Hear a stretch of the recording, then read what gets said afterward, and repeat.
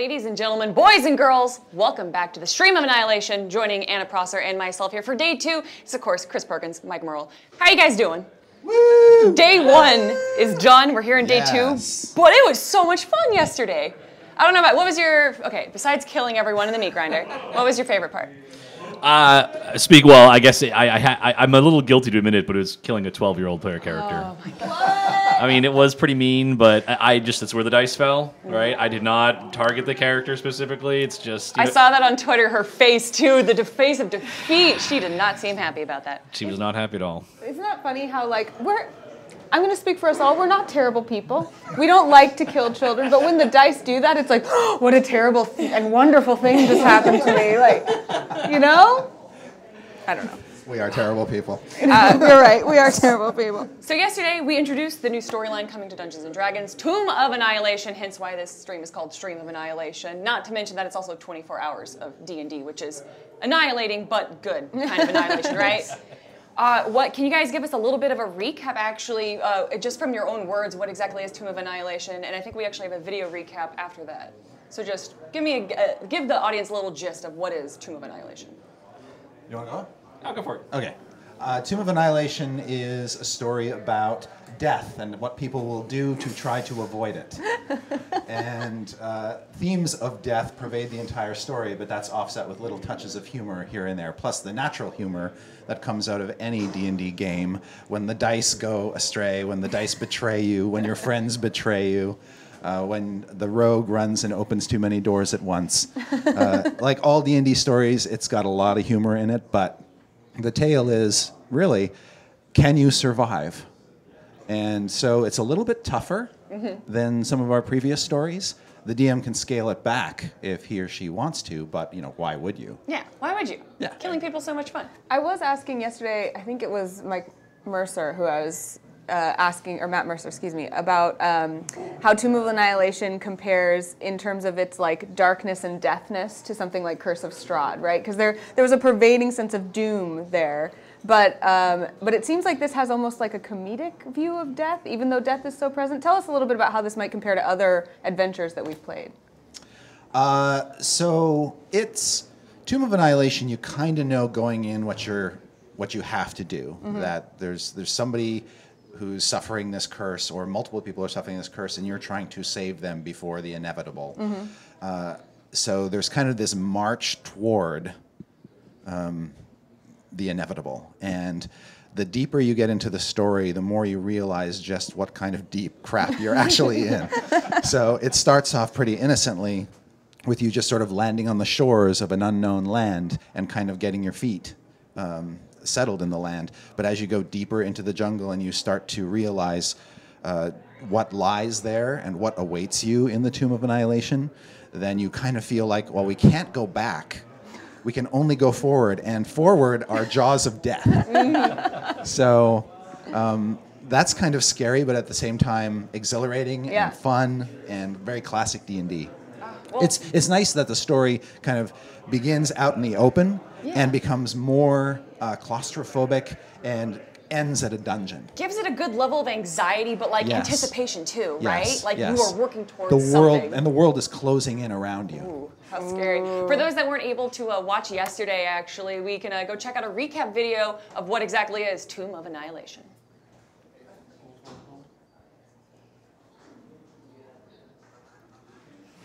There we go.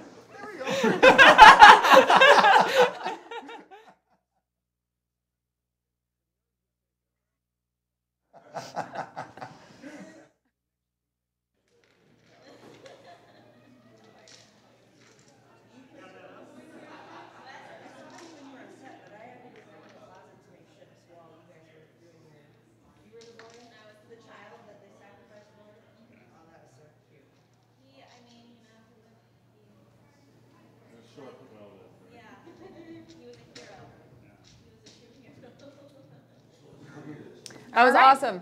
That was great. It sounds like we're going to maybe get to see it again. That the world has to offer. Tomb of Annihilation, so there are many we got mysteries. to see a few pieces of that story yesterday. We're just getting into it in some of these streams, and these shows are actually going to be on the D&D channel this summer that we're seeing here at Tomb of Annihilation, right? And what kind of taste are we getting in these shows? Like, we're not getting the full Tomb of Annihilation experience yet, right? No, actually, we want to try to take care to avoid spoilers. Like Chris is talking about, a lot of the story is about exploration, about discovering what's going on.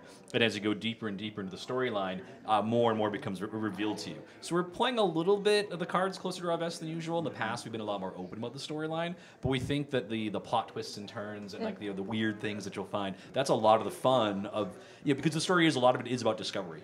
You know, and it's about finding out how deep in trouble you are as you keep going further on in the story. And we put a lot of toys in the Tomb of Annihilation toy box for DMs to play with.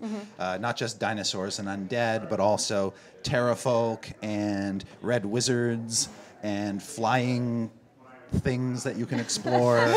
And so... Flying things? That sounded like almost something you wanted to tell us. But yeah, I know, it wasn't creatures, it was a monster. I was like, what are you trying to say right now? Yeah, exactly.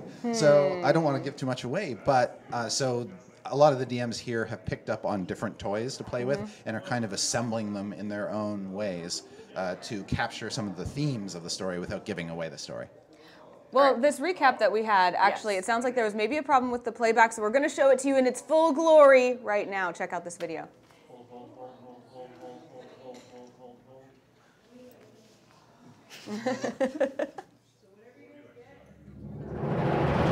The nerds have taken over, and that's exactly what we're here to celebrate over the next 2 days. We're here to celebrate how far it's come since I was a kid, and we're here to give you an exclusive sneak peek at where tabletop gaming is going in the future. The new story is called Tomb of Annihilation. Previously, our stories had been limited to the Sword Coast. We have now gone far, far away from the Sword Coast to the land of Chult, a place of dinosaurs, a place full of undead and undead dinosaurs. Undead dinosaurs, yes, Chris? Exactly. Going into sort of some of the most dangerous realms that the world has to offer.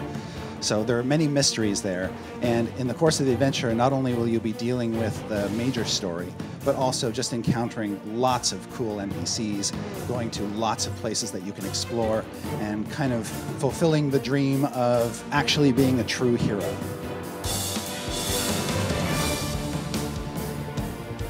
Hi everybody, and welcome to Stream of Annihilation Dice Camera Action Special Episode. Woo! All right, tonight's episode is called Bite the Dust. I can't explain why, but we'll find out soon. I wonder. It has been released from the darkness by the Morning Lord, and he has gifted me with the vision. I need your help to help catch this demon. I think really hard. They're coming for you, evil servants of the sun. Well, my name is Lilith. Are you a bard? I am. Yes. Oh my I god. love music. Will you play us something? Evelyn just sits down like this. It just hides and crosses her arms. Persuasion. 27. Okay, he gives you... Yeah. Oh my god, you got a natural 20. What? So struck by you, he just undoes his whole bandolier and gives them all to you. Does it make your insides all glowy? Does it make you feel more friendly? No. A wave of nausea overcomes you, and you suddenly both feel weak. What? Just those two? Yeah. And Dieth, as you sort of look, with you, it's a little bit different. It feels like your skin is sort of burning, Strix. Huh? With you, it feels like you've pulled muscles in your neck. And when you look in a mirror, you can see that there's a discoloration around your neck. No, not again. No. No. I think you're poisoned or something. It sort of feels like that. Yeah, like I'll open up the door and like find. She sort of falls in when you do. Try to like catch her. Like a tumble of raggedness. Yeah, I'll like catch her to kind of like fall with her because I'm also like freaking out. You see Van Richten.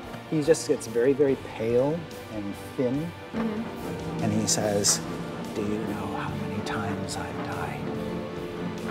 No. 0 times? She is the protectress of life. You still carry that blessing. Mm-hmm. You can use it to stave off the effect on your friends. How? By dying. Of course, Chris Perkins. No! What?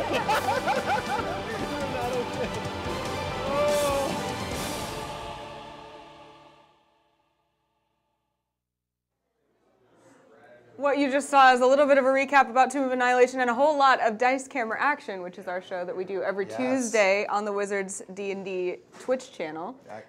Sorry about that, Hannah. You're not sorry. Don't lie. You're not Wait sorry. for the next session. Speaking of times when the dice betray us or the game betrays us, but we're terrified and enthralled. This has been a weird experience for me, Chris, ever since that moment when, I learned that Evelyn must die to save her friends, which is like on the Anna Prosser Robinson conscious side, like, cool, and on the Evelyn side, so like all night I've been thinking, when, how, why, how long do I have, in what manner do I need to die? So many questions. It's like the best challenge for her, though, because she is so loving of her Well, obviously companions. she's going to do it. Just the questions are when and how. Spoiler. I mean, well, if I were to be like, no, Evelyn decides not to die for her friends, the internet, anyone who loves Evelyn would be like, you're wrong, replace Anna, she's betraying Evelyn. Yeah, so as you can see, we got very passionately involved in just the very first inklings of the Tomb of Annihilation. And we saw a four-armed gargoyle. Yes, you did. Which I know there is a mini coming out for, because we talked to the WizKids folks. Has a mini. So I assume. The Tomb of Annihilation set. Yeah. You seemed very interested in that gargoyle, more so than we would. You were like, there's a gargoyle, do you want to do anything? We were like, no, it's fine, Chris, leave the gargoyle. But seriously, do you want to interact with the gargoyle? I'm kind of glad you didn't attack it, though. Me too. I mean, we've seen a lot of these groups now play the new Tomb of Annihilation adventure. What has the reception been like from the audience and the fans? Have you heard anything from the audience? Yeah, so far, I mean, it seems like people are really excited about it. It's fun to take something that's a classic part of D&D and then update it for the new generation of people who are coming in to start playing the game. And it's also fun because you kind of go in, and this is kind of what we hope, is that people have some expectations based on the classic adventure. Because we just reprinted it in our last, from Tales from the Yawning Portal, which came out in the spring. And so people now, they've seen the original. And so what we're hoping is that people can look at that and go, oh, so what parts, like the four-armed gargoyle, like what's going to be brought forward, and what form will it take now that Serac has cast his eyes on the Forgotten Realms? Like what's next? I mean, so. What is next? Yeah. Right? How do you even know in Dungeons & Dragons? It's always a mystery up in the future. Exactly. I wanted to say, too, before, because I know we have a few more highlights to show of some of the Meat Grinder games and things, but we have two of the world's foremost DMs here with us, and we talked about, like, Kelly, I think, summed it up really well. Yesterday we were watching you DM, and Kelly was like, it's like an orchestra. And I mean... You were orchestrating this beautiful story together, and all of the players were just part of your symphony. Yeah, I mean, so much of it is just like when you're dungeon mastering, it's like you're not there to be like you're there to kind of entertain, but you're there to like bring out everyone else's character, give everyone the spotlight time and stuff, and that's what I really enjoy about it. And it's funny when we're streaming, I was so nervous before we started because you have 8 players and there's all these like incredibly talented people, and you just want to measure up. But then once we started playing, I had such great players. Everyone was doing interesting things and really being active. And I think that's kind of also a big part of the equation is as a dungeon master, you give people the opportunity to have fun and do the daring thing. You want to encourage action. You want to make people go, oh, I want to try something wacky, or here's this crazy plan I have, I want to try it. Because that's when the game gets really fun, is when it becomes unexpected. Totally. And then you bring in Meat Grinder mode. And I think we actually, like Anna said, we have a video of that. But before we do, because I wanted the opportunity to make you guys a little more human, because you're like these Don't sparkling. do that. No, I'm sorry, they're DMs I'm going to in do real it. life, all right? I know, you said that you were nervous, and I know, Chris, you've mentioned to me before that you don't feel like you're naturally, a performer, that you sometimes get nervous too. And when I watch you guys DM, I can hardly believe that, because you're such natural performers. And I'm curious, because we are here at the Stream of Annihilation, you guys have been DMing far before you've even been doing this on stream. So tell me a little bit about how that feels to DM on stream, or even in front of, Benaroya Hall with Acquisitions Incorporated. Right. Well, there's a big difference between streaming and Benaroya Hall. Streaming just feels like a regular game table. It does? Okay, the audience is invisible. And but Benaroya Hall, when you're in front of 4,000 people, and they're instantly, many of them are DMs, and they're dissecting your work. Totally. And they're saying, why did he do that? Why did he say that? Why did he set that up that way? I could have set that up better, that kind of thing. Those thoughts rattle through my head. But after like Michael said, after the first few minutes when the game starts, all of that just sort of falls away. And then it's just about the game and the people around the table. And if you trust the people around the table, and they're good sorts and good sports, and they're willing to do crazy things for the sake of entertainment, then for me, that's my safe space. The DM, the Dungeon Master role is just to make sure everybody has fun at the table, as Mike says, and if that's what seems to be happening, then I get instantly comfortable again. Well, and you have a lot of fun too, speaking of this meat grinder video, because I have never seen such glee on your face as when you were ripping up character sheets. I don't know if you practice ripping these papers, but it always made such a crisp sound. I don't get it. So ferocious. Yes, I tried to do as close to my microphone as possible Yes, so you I could could hear hear it. the tearing fabric of the paper. So I'm sorry to pause us there, Kelly, but we have what video? The meat grinder video. All right. Let's check it out.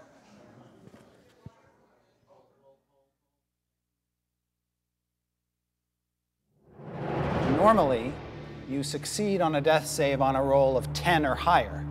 But in Meat Grinder, you have to roll 15 or higher. Oh, yeah, let's do it. Frosty ice surrounds the pinnacle. He does 24 points of damage to you. That's a natural 20. Oh, okay. Oh, yeah. All right, now we're getting started. 34 points of damage. Oh boy. Oh, man. 34. And you fall 300 feet. Hello. Ooh, Victor.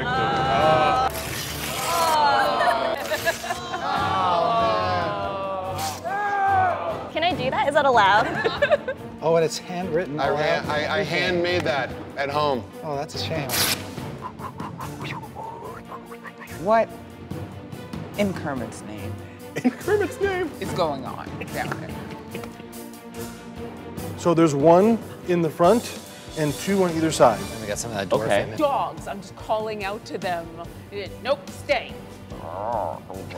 Blair. Blair. When you do that, do you have like I have the exact same like if Blip does it, I'll be like, oh, this is the cool thing to do. And I'll carry each other. We all just touch it or like it's really heavy. We can't. It's just, oh god. The Ouija board goes nowhere. Rosie pushes everyone out of the way so that she can get her face painted first, which is very unbecoming of a 120-year-old woman. You see him sort of reach into this infinite star field of cloak, throws it out, imagines the target. It bursts into 3 ruby claws. They sail out and they connect and nothing seems to happen at all. Ooh, he's really badly hurt. He's really, so I'll take my dagger, try to finish him off. Oh, crushing blow, call my shot. Yes, go for it. I go with the short sword low and I go dagger up high through his jaw. Right through his jaw, and as he staggers, tip my hat to you. he falls to the ground, and then his body shudders and dissolves into a pool of blood. And at the same time, I go to another set and I start playing my harmonica, and I'm like, no, and I find like the most discordant chord, and I go, and cast Shatter. Thank you so much, everyone, for playing. Thanks for joining us.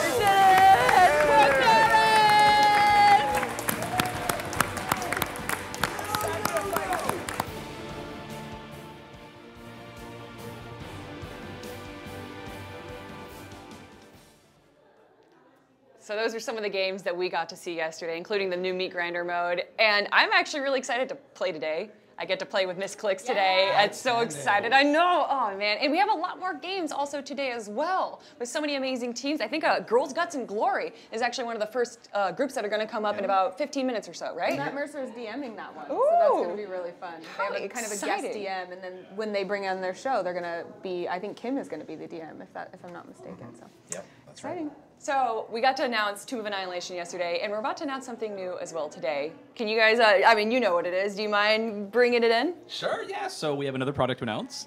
It's our November product, and it is Xanathar's Guide to Everything. So it's not literally a guide to anything, it's more of a metaphorical title. But as far as D&D What? players are You concerned... can't include everything in one book?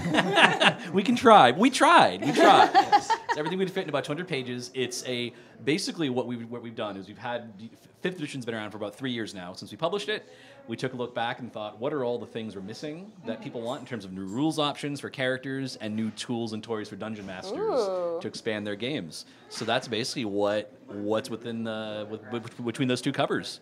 So What kind of new tools and toys? What are we talking about here? So we went back, about the past year on our website, we've released playtest versions of some new subclasses. So every character class has gotten some new variants for people to try out. It's almost like a draft. Like we sent them all out, we got back our playtest feedback, and the ones that scored the highest have been drafted into this book. Cool. So That's awesome. Yeah, so the goal is to get the best of the best. So each class gets 3 or more new subclasses, except the wizard. The wizard only gets 1, but the wizard already had 9 to begin with. Yeah. So, and that's also an example. We really want to take the best stuff. A lot of the wizard ones were like, people weren't crazy about them, but a couple of them stood out, and those are the ones that end up in the book. So every character class has new options. There's going to be, for dungeon masters, things like new rules for downtime. Yeah, that's a great example of something where we had downtime rules in the core game. You know, they kind of covered like what happens between adventures, right? If your characters want to try buying a magic item, or you just want to get a job or something like that, the rules in the player's handbook were fine, but we got feedback. People wanted something that had more depth to it. Okay. So a new system that's coming out. One of my personal favorites were traps. I always love throwing in wacky traps in my adventures. And so the trap system in the core game was, I mean, it's functional, but it didn't really have a lot of the fancy parts that, to cover things like traps out of movies like, say, like Indiana Jones, things like that, were a little more complicated, a little more depth to them. So that's another area where we went back and looked at our current system and then expanded on it to give dungeon masters. Did you do that directly in relation to Tomb of Annihilation, which has, a tomb with a lot of traps in it? Was that something that was very important for you to work on traps in this in conjunction of this new adventure? It was more in parallel. I mean, Chris, would you say that? I think the trap system we have for Xanathar is just the way our schedule worked. I think working on Tomb kind of showed us we needed more depth to our trap rules.